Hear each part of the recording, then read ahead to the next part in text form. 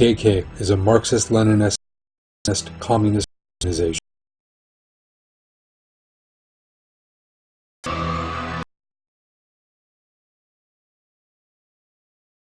Southwest of Turkey, truly communist in the flesh.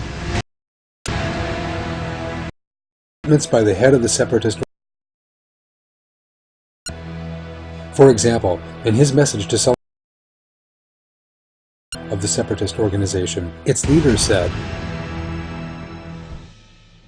"As the best answer to those who say socialism has collapsed, communism has collapsed, we are saying, on the contrary, the most powerful, truest, and greatest form of communism has taken place in the PKK." A speech on May 1, 1982 represents one of the many occasions on which the leader of the separatist organization openly states that the PKK is a Marxist-Leninist organization. No matter what unsuitable conditions it may live under, it must be based on the objective force of the working class, and on Marxism-Leninism, its science and guide to action. And that the reason for our existence is totally grounded in that fact. If those tribal walls, those feudal fences had not been breached, Marxism-Leninism, the modern and most revolutionary way of thinking, would never have entered our heads.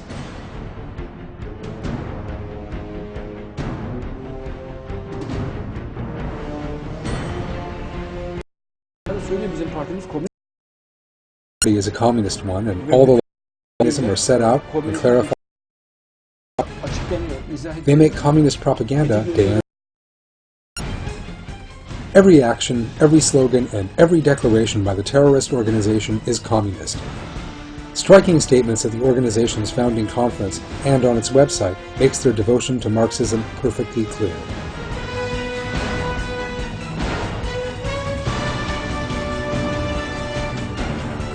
Marxist-Leninist theory must be taken to heart.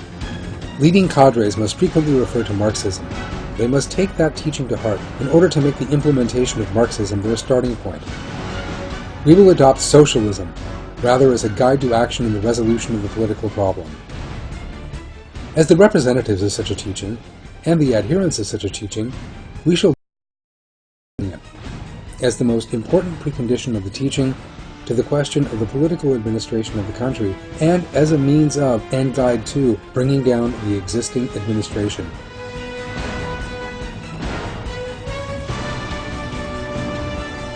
PKK terrorism in Turkey is one of the major communist uprisings in the world today. It is the greatest communist uprising in the history of the Turkish Republic. It is a Marxist-Leninist Stalinist uprising. The fact that the organization has a Marxist-Leninist structure is made clear, both in indictments by prosecutors and in Turkish intelligence MIT reports, and in rulings by the courts. Indeed, the fact that for many years the hammer and sickle, the best-known symbol of communism, on its flag, is sufficient proof of this. The emblem was then altered by the organization for strategic and tactical reasons. Abdullah Öcalan, the leader of the separatist organization, says that the PKK's ideological foundation is based on Marxism and Leninism in another statement. The PKK has experienced a development in line with the Marxist-Leninist tradition. It is clear that from then on it will take shape on the basis of that legacy, which is inseparable in the way of bone.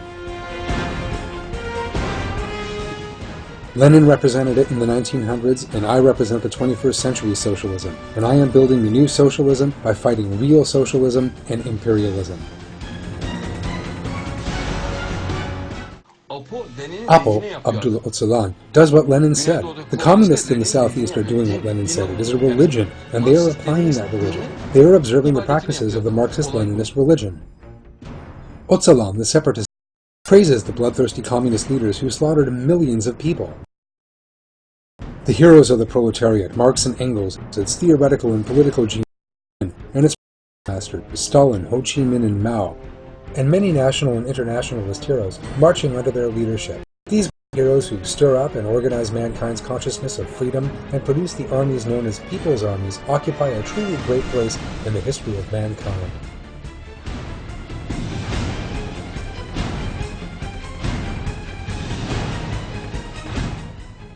Like the communist leaders he so admires, the leader of the separatist organization ruthlessly resorts to violence and terror.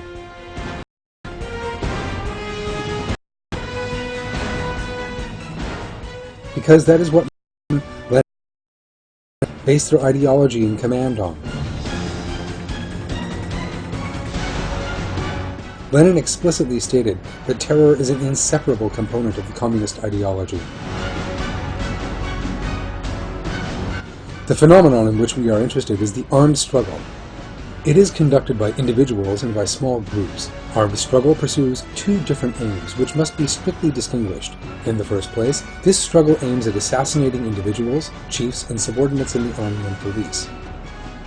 In the second place, it aims at the confiscation of monetary funds, both from the government and from private persons.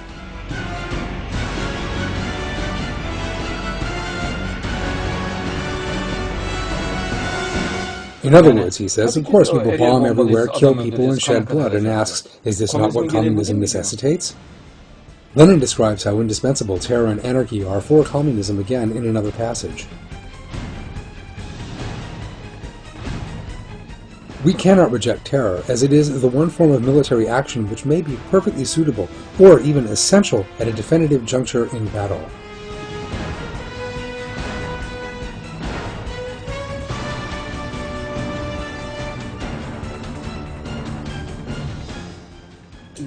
What does Lenin say? He says there is but one way for Marxism-Leninism to be put into practice, only one way. By terror, he says. Violence, revolutionary violence, meaning communist violence. He says it is not possible for communism to spread over the world without terror. It cannot spread without violence, he says. He says you cannot establish the dictatorship of the proletariat without killing police and gendarmes, bombing police stations, robbing banks, and breaking into rich people's homes, killing them and stealing their money. He says the only way to the dictatorship of the proletariat, for communism to grow, for a Marxist-communist movement to grow, is through terror. He says that if you do the opposite, you are deviating from the Marxist-Leninist line. Aksini yaparsanız diyor, Marksist-Leninist çizgiden sapmış olursunuz diyor. The PKK primarily teaches those it will raise as terrorists dialectical materialism and Darwinism, the basis of this philosophy. There is no ethnic movement here, only a communist and irreligious one. The impression of Kurdish nationalism is entirely intended to mislead the people of the region. That is why a very powerful anti-Darwinist, anti-materialist, and anti-communist intellectual propaganda in all of Turkey is so necessary. There can be no materialism where there is no Darwinism, and there can be no communism where there is no materialism. There can be no PKK where there is no communism. The solution to the PKK is the destruction of Darwinism, materialism, and communism by means of scientific methods, and the foundation of the Turkish Islamic Union without delay. One solution, anti-materialist and anti-communist scientific activity. Once that is done, the communist jugular vein will be ripped open. What is the solution to an ideology? Eliminate. The only answer is to eliminate the belief, and that requires scientific activity. It will totally resolve the issue and end it in a very short space of time. To the PKK. There are 100 diseases but only one cure. The whole world is now sick. But it can be cured with one single medicine. All disappear when a Turkish Islamic Union is established.